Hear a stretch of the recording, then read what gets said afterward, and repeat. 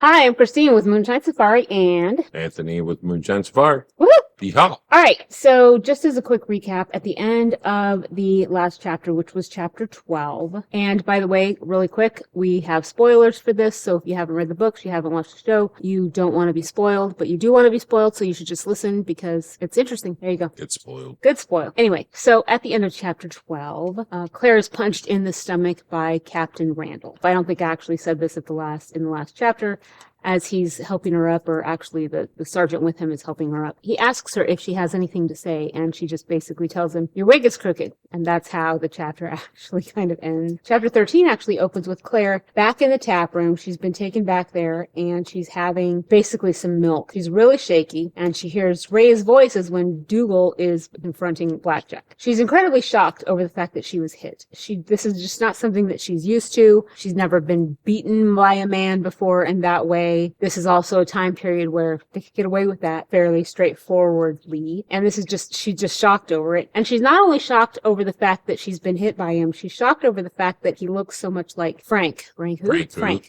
Oh, Frank. Poor Frank. She also does notice that there's something sort of cruel in this particular person's eyes. He does not look kind. So Dougal comes back down, he grabs Claire, and they're off. It's like they're off like a shot. And they're moving fast, and suddenly, all of a sudden, he veers off the road and he goes into this thicket. I always found that an interesting word. He goes into the woods. They hike for a little bit, and she's thinking she doesn't know what the heck he's doing, but she's in shock still, so she's just following him. They get to this stream, and she thinks, kind of big hike to go for a drink of water since they probably have some water with them on the horses. But whatever, she doesn't really care at that point. She wants a little bit of peace away from what just happened. Dougal takes a drink and pulls out his knife to start cleaning his fingernails or something, but really, the whole point of that is it's slightly threatening. He's sitting there and she gets a drink. She notices that it smells, and she notices that it's probably a sulfur spring. So she doesn't really care. At that point, she just needs cool water, and it's really hot outside. And at that point, once she drinks, he starts asking questions. Do you know the captain? She says, well, I've met him once before. We did not get along. As she's answering him, he's suddenly looking like he's actually taking in what she's saying, which is the first time that's ever happened. He asks her if she's a spy. She says, no, I've never been a spy. I'm not a spy for the French. I'm not a spy for the English. I'm not a spy. He also asks her, has she seen Jamie's back? Well, she says, well, yeah, I saw Jamie's back. I mean, I traded him more than once. Yeah, of course. She doesn't really understand why he's asking, but he's being more direct than he's ever been, so she's just answering. I missed something. Just tell me. I don't think so.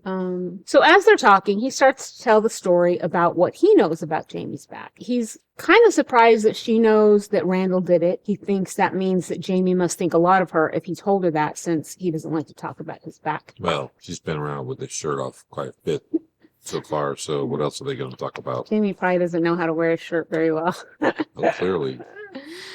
So he tells her, yes, he was there. Jamie actually was flogged for escape the first time, because after the whole incident with his sister and he was protecting her and all that stuff, they took him to prison. Well, people always tried to escape. The security at that particular prison wasn't that great, so he tried to escape, which wasn't shocking. They caught him.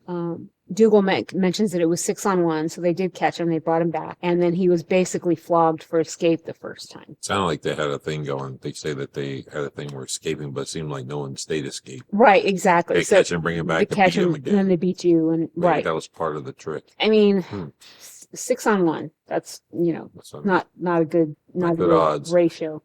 So as he's being brought up to be flogged, he has a little bit of swagger. He has basically accepted that this is happening. There's nothing he can do to stop it. So when he gets up there, Dougal tells the whole story about how he actually takes his shirt off. They're going to basically take it off of him, and he acts like it's too delicate for that. And it's torn and dirty and gross and everything, but he acts like it's like the best shirt he's ever had. He steps back, he takes it off, he folds it, and he is even begrudgingly earning some of the respect from some of the soldiers, because he's not trying to run, he's not trying to get out of it, he's just acting like he's kind of the one in control. So they do the 100 lashes, which just sounds like the worst thing ever. And as they're finishing, Captain Randall shows up. He had not been there for the first flogging, and he's unhappy because he feels like he had been the one, he wanted to be the one to actually do the flogging. And so he's sitting there interrogating everybody about how this all happened, and he finds out that when Jamie tried to escape, he took some bread and a little bit of cheese with him for the journey, and now he says, well, now it's theft, and we're going to add another 100 lashes. And he intends to do it right then until the prison doctor says, no, if you do this, you're going to kill him. I'm not going to let you do it. And so Randall's not real happy, but he basically tells Randall that he has to wait a week before he reflogs him again. A whole week. A whole week for another 100 lashes. And Claire's like, oh, that's super humanitarian. Right. That's so nice. Let's see. All of this time, Dougal continues sort of cleaning his nails with his knife because the whole idea is it's a little threatening. He wants him to make sure that Claire knows he's completely in control and she's completely at his mercy at that point. Yeah. Measuring dirks.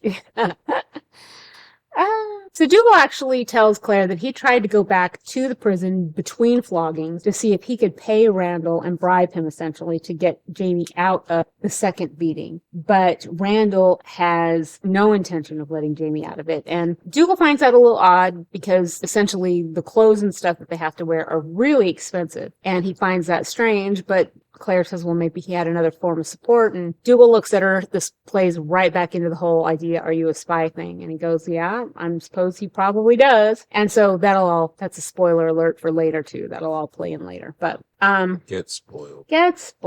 But he's unable to spare Jamie from the second round of floggings. So he goes to the prison as a support for Jamie during the second round. Because, I mean, he is his uncle. Randall, this time, is the one doing the flogging. Randall's up there trying to show some bravado. Like Anthony says, he's measuring dirks or whatever. And he's saying how, I thought this was the man that was so arrogant before, Red Jamie. Is he afraid now? And Jamie basically looks at him and goes, no, I'm just afraid I'm going to freeze to death before you stop talking. And so it's a smart comment, probably not the smartest thing he's ever done, but again, still the swagger, but he's also doesn't ever want Randall to think that he broke him, essentially. That's what it's coming down to. Dougal makes the comment that Randall looks at Jamie almost like he's soft on him, which also comes into play later. And so it's something you kind of want to pay attention to. But Randall has some weird fixation for Jamie, for sure. All Dougal will say about the end of the beating is that Jamie lived. There was blood everywhere. He's basically sliding on it and stuff like that. But he lived through it. And that's all that he can say about it. I mean, there's nothing more to say. It's pretty brutal. So Claire kind of asks Dougal, why did he tell her this whole story? And he's saying, well, I want to demonstrate his character. And she's like, Randall's character? I think I kind of know enough about his. And Dougal's like, no, not Randall, Jamie. He also tells her he has orders from Randall to bring her back to see him again. And she's, of course, scared. She does not want to go anywhere near that man. And the only way he says that he can keep her from having to go back is to turn her from an English subject into a Scot. And so this is where more of the fun begins. She has to marry a Scot. You dirty Scot. Dirty Scots. Well, she asks Dougal, she goes, well, you've been talking to Ned Gowan. He said, yeah, I pretty much thought this might come to this. So this is our only out. You have to marry someone. She says, who? Am I going to marry you? And he goes, no. Jamie. Who? Oh, not Jamie. Jamie. He has a shirt on right now. Wait, but I'm already married, Frank. Who? She can't really tell him she's already married. When she says he can't marry, when she says she can't marry him, he goes, well, why? Do you still have a husband living? And she has to say no. What is she going to go? He's going to be alive in 200 years? She can't really say that. Has to be Frank. It's a secret. That's not how time works.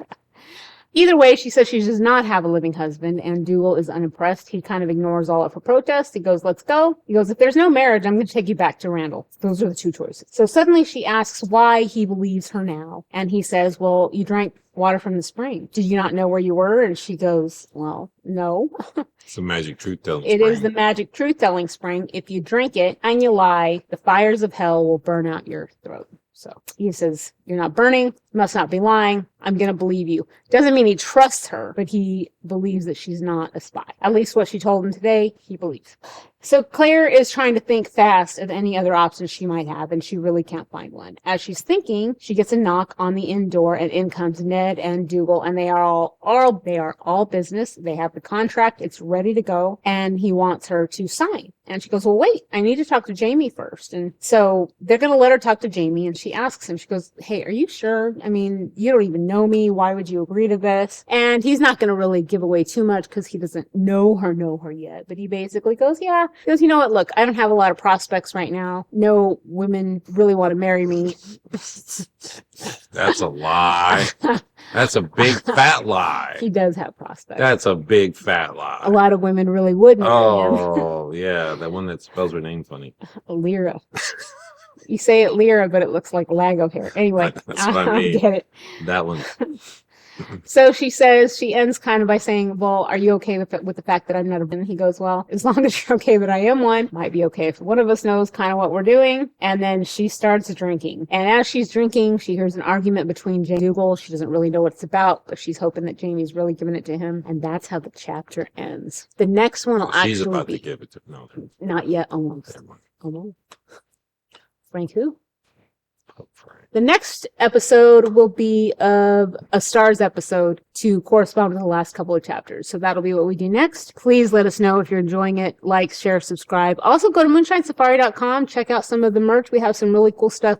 Not just Outlander related in any way. There's some really cool other stuff that I think you like. So Yep, you can check it out. subscribe on moonshinesafari.com to get notifications. And thank you to everyone who has liked and followed and shared and done all that. We do really appreciate that. It does help the channel. You've heard this because we all of us who are doing this and creating content, you know that it does. So, And this is something like this story. I really like the story. I Yeah. enjoy the story. I enjoy it for historical and it's fun. fantasy and all that. It's fun. But all right. All right. Thank you Thank you. guys. See you later. Bye. Bye.